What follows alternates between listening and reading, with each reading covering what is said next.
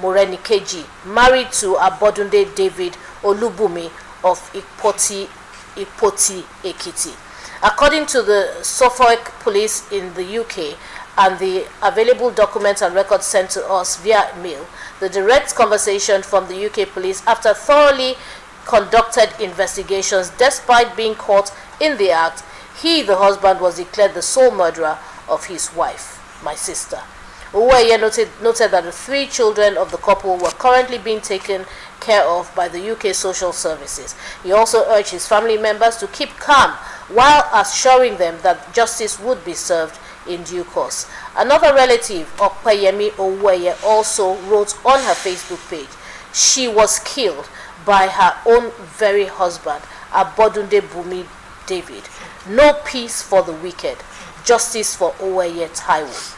Reacting to the news of her death, another Facebook user, Olabanji Fabi, described it as heart-wrenching. He wrote, "The recent tragic news of Taiwo Uweye Abodunde, murdered by her husband in Suffolk, UK, United Kingdom, is profoundly heart-wrenching.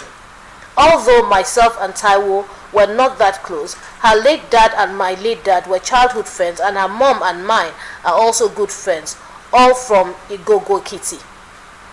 Considering her upbringing, it seems improbable that any provocation from Taiwo warranted such a brutal act of strangulation.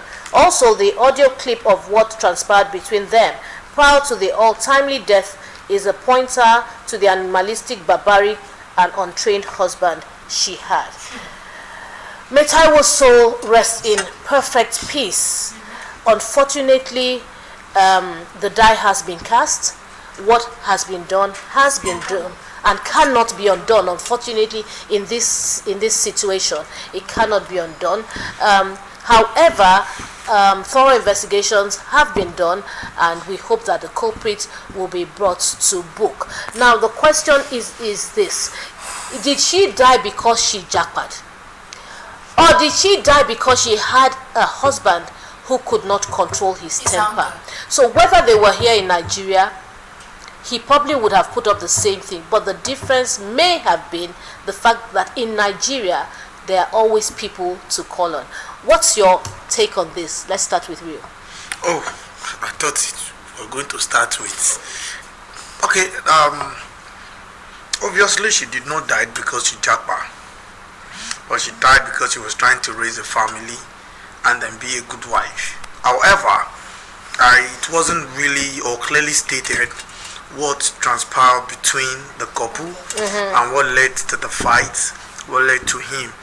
If the husband must have been a good husband, not now, maybe then, and that was what motivated her to say, let my husband come. Even though if the husband might have used his money, or they used their money, or they use her money, the thing is, she has gotten to that place, another lifestyle she could decide, because you're talking in a country where women are more privileged than men, and then she decided to bring this guy.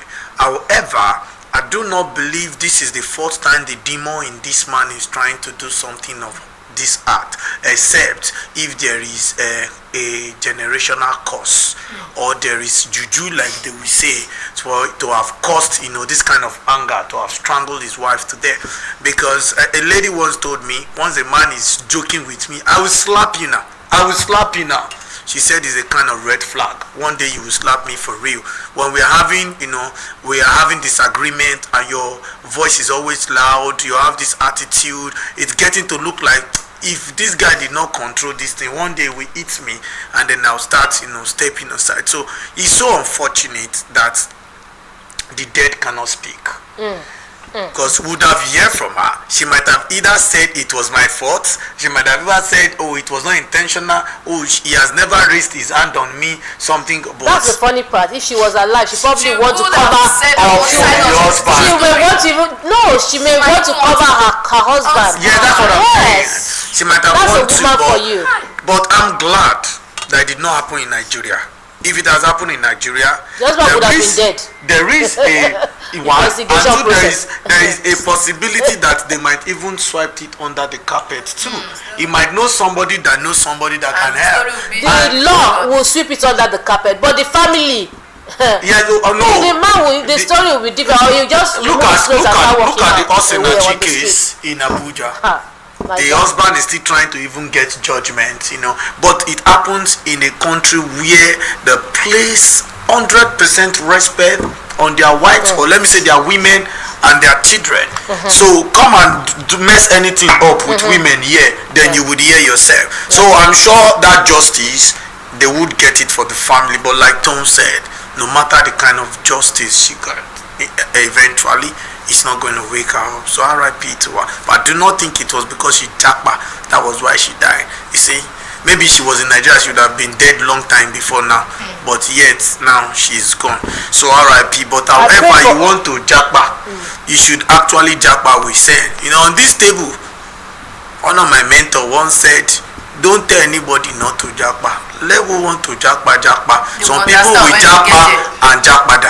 Some people will japa and jasita. There is many I've never left this country before, and that is why when you see me talking about Nigerian government, there will be vein in my head coming out. Let me enjoy where I am, because I don't have the opportunity yet to japa. Even if it's holiday, let me go and do it in Ghana. Let me even go to Ghana. You don't want to go to Ghana. I'm not saying I want to go to long place. Carry me to Benin Republic. Let me just leave this country and dismantle my passport. My first passport expired. I had to renew it again without traveling anywhere. It's just when I renew the second time, let me go to Republic of Benin.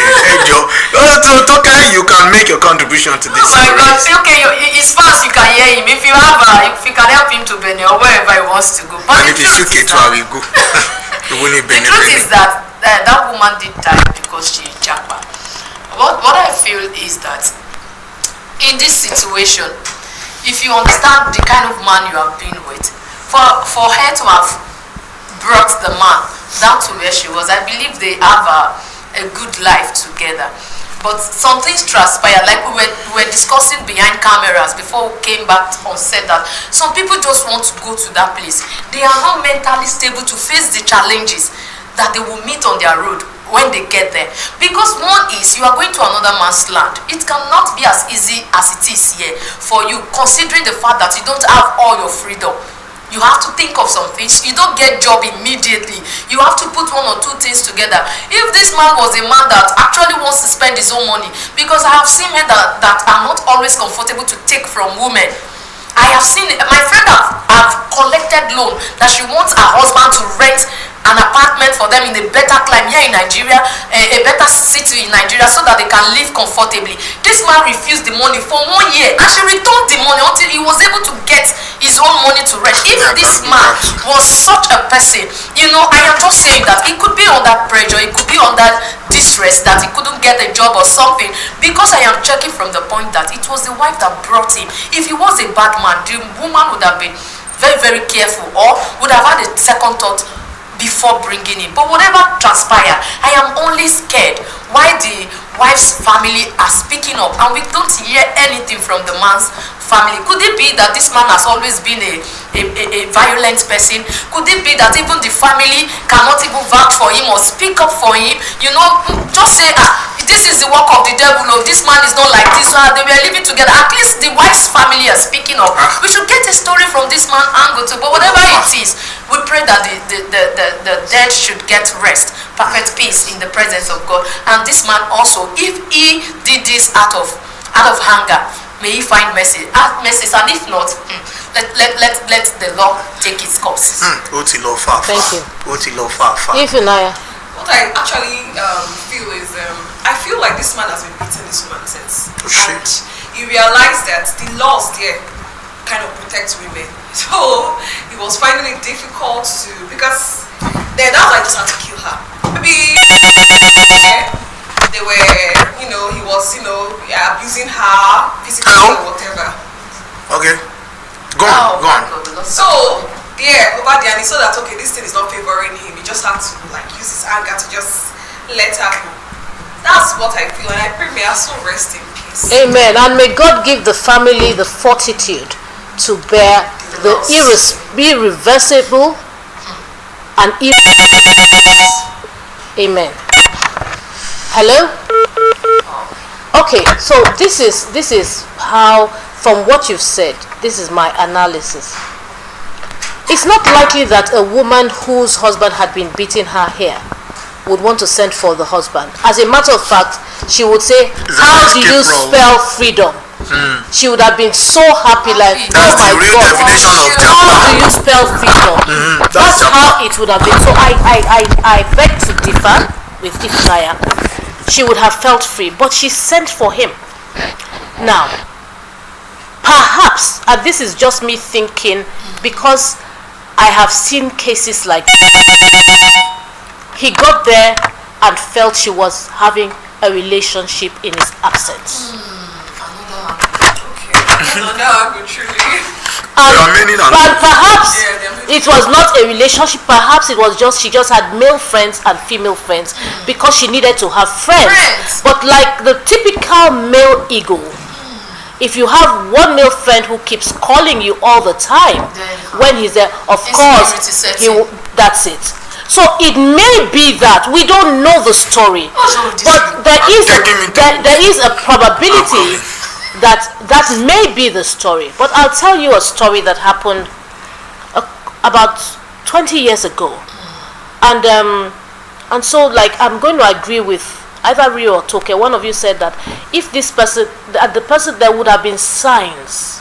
Actually, you said it, that there would have been signs. At least since he got to the UK, there would have been signs. In this same studio about 20 years ago, I used to present a program called Vows.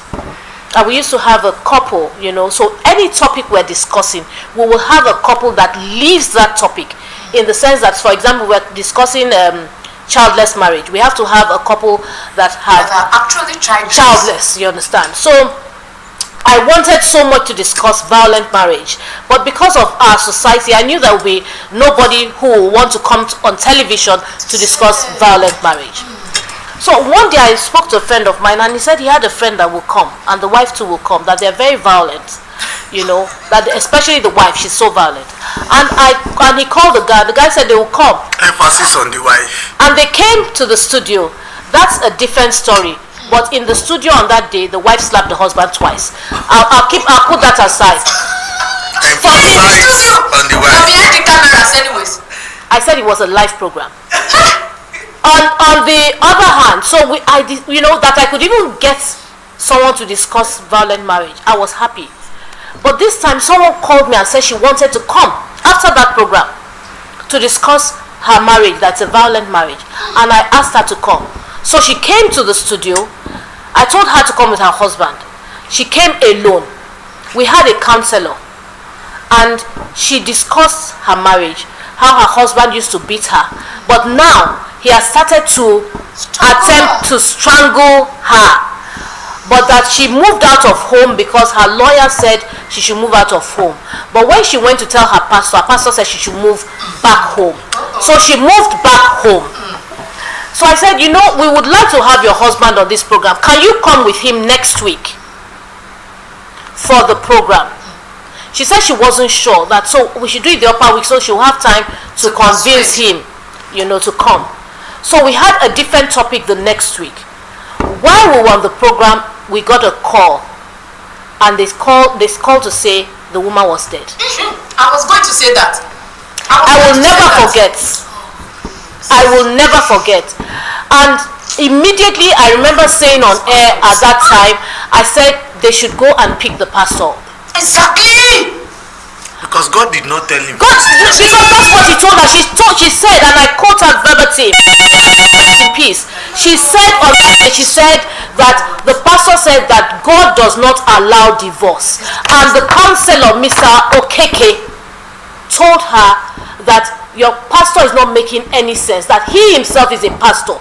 But if there's a violent marriage, you need to first save the lives and separate. So when we see the signs, you have to take quick action. Because that's an indirect form of suicide. My friend has been with someone. I'm going past. My friend used to be with someone. This person wants his room. The way he left it, as in, you you should not touch anything, because the moment you remove this cup from where you get it and you put it here, in fact the landlord will come back. I'm like that. No, you can actually correct someone and he will be yelling, shouting, I called my friend, come, are you sure this your guy is okay?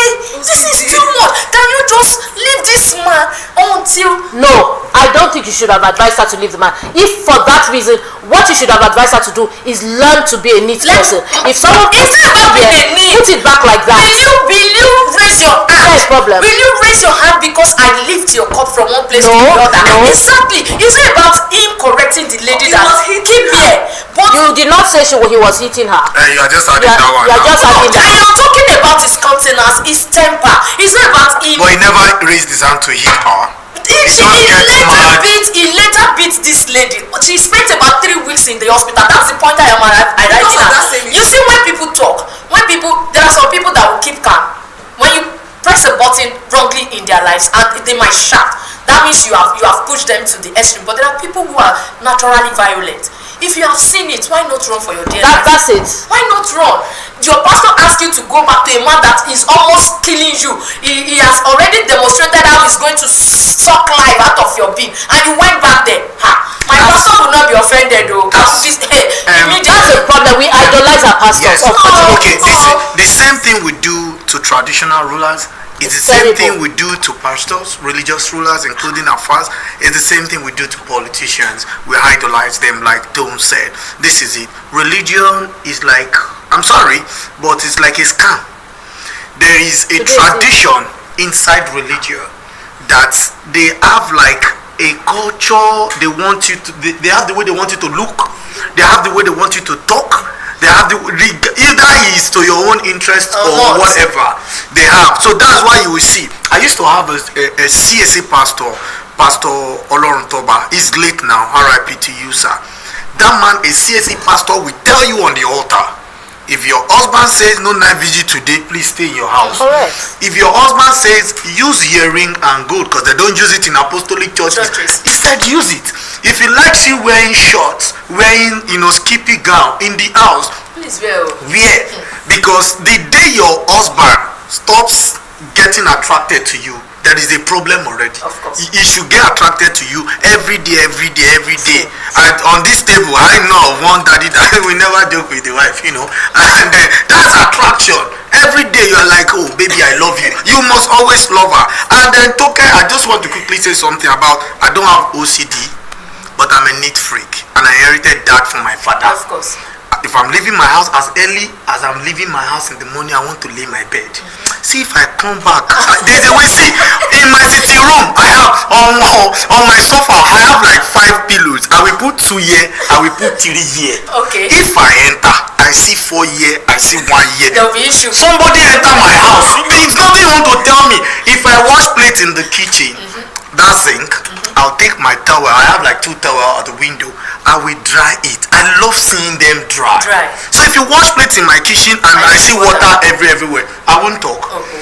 I will make sure you enter the kitchen with me and I will dry it in your front. I'll do it one, I'll do it. See, I had issue with one lady I would have dated. Whenever she bathes in the bathroom, she splashes soap on the wall. And once that thing dry, once that thing dry, that thing will start leaving black dots. I've been washing the room every time. Hello ma, when you bath, not soap, use water to rinse it. I have plenty water. It's the shower. I must tell you, it's so easy to tell a dirty person. And she left me. She said I was complaining too When I much. see them, I just know. So they feel like otherwise there would have been problems. There is always, you can always complain, but the way you project it, a violent person is different from you trying to correct someone. You don't want to correct. I say, is this how you're supposed to do? And you say you're a woman. Did they raise you well in your house? Are you not being brought up well? What's like that can aggravate people's anger? A personal problem with it, but maybe that one is also. But honestly, what you just said, the violent part is the only thing I see that's wrong. If he asks the lady, I excuse don't have me, issue with the if he asks, no, listen, if he asks her, were you well brought up? It's a question. In anger. It doesn't matter. It's a question. It was under the influence of and there's something that led to you, because I would look at someone who cannot keep a house neat as not being well brought up. Yes. I'm sorry. My children will not come to your house and abuse your house or dirty your house. I promise you, if my child comes to your house and you put this cup like this, the MITV is showing this way or that way. If they carry that cup, I promise you, they will put it down like, they will not turn it like this. Not for once. Because that's how they were brought up. They were being brought up. I can't stand people who don't understand my thinking and live with me. You can't live with me. Of course. So it's just to let you know that if you're coming to my house, you come with some decorum. Of course, you can always pass the message, but not with violence. That's it. Yeah, the violent part is the part I will never agree with. Violence, we condemn violence Because with every fiber. When that argument will just take another dimension and someone is dead. Violence is never the solution, you know, and anger also is never the solution. You can actually talk, you can engage and communicate. Look, if it's not working, it's not working. It's not working. If it's not working, it's not working. But I don't see this situation as a jackpot thing. It's not a jackpot thing. I don't think it's a jackpot. But having said that, this jackpot syndrome is really trendy. It is every day. And the truth is that the grass is always greener on the other side. Until you get there. When you get there, then you understand that it's not as green as you thought it was. That's the truth. So we need to have this at the back of our minds when we want to jackpot. Everybody wants to jackpot. There's something there waiting for me. Look, I have people who live abroad and still ask for money to be sent to them. I can imagine. Very poor people. You know, it's not that they're poor. Things are not working for them. Unfortunately, it's not what they thought it would be. And that's because you don't think a process through, you just jump into it because other people are doing it. What works for A may not work for B. And we should know that. Even from childhood, you should know that what works for another person. Never want to be like the Joneses. Never want to be someone else. You are who you are. You are who God has created you to be.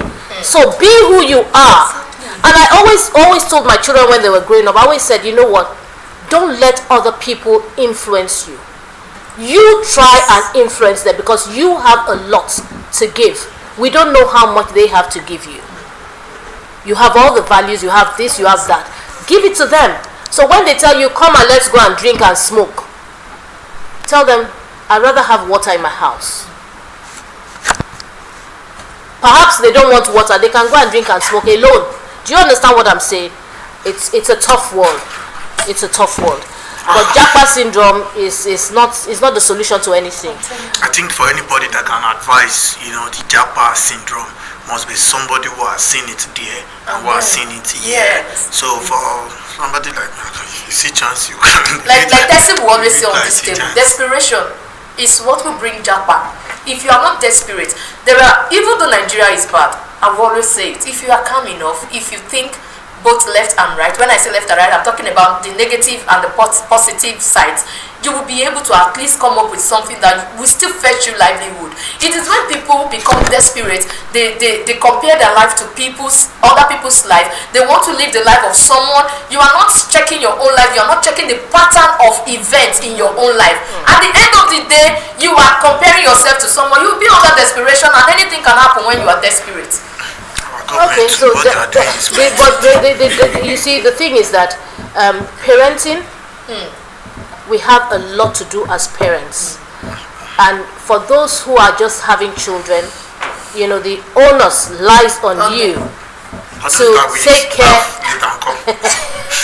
of your children. Those who will have children later, the onus also lies on you to take care of your children and bring them up the right way. And I want to trust that the people on this table will do that.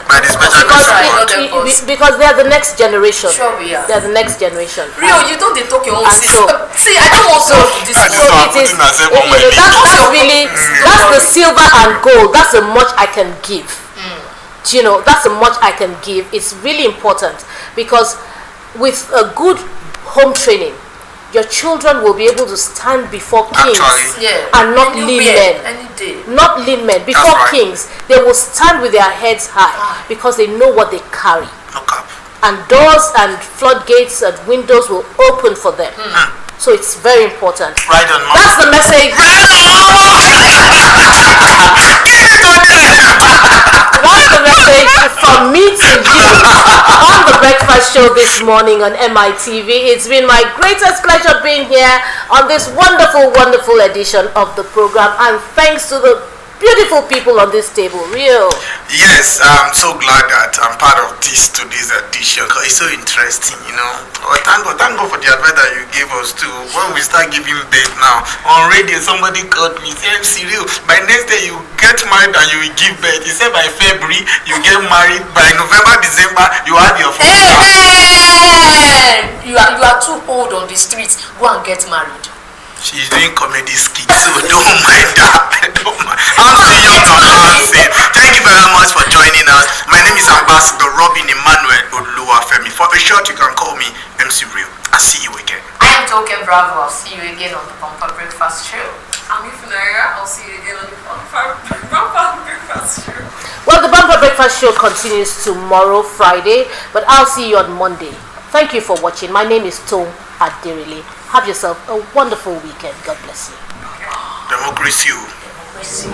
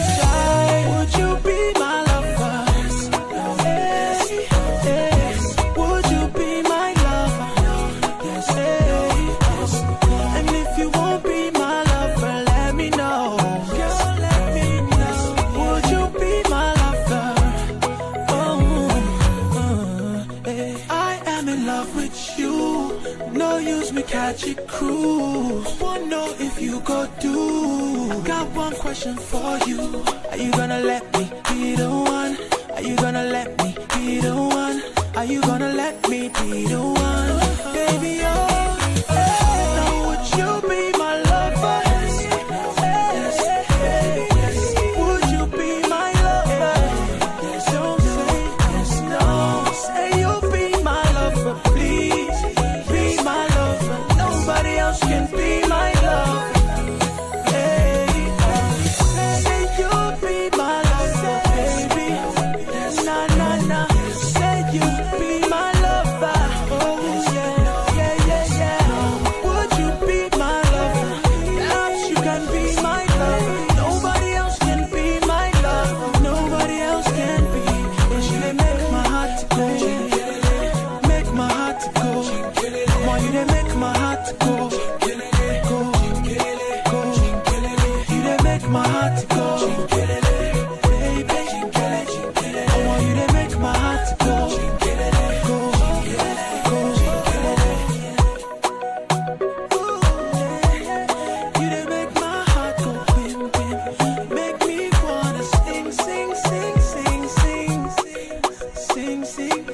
Mitv.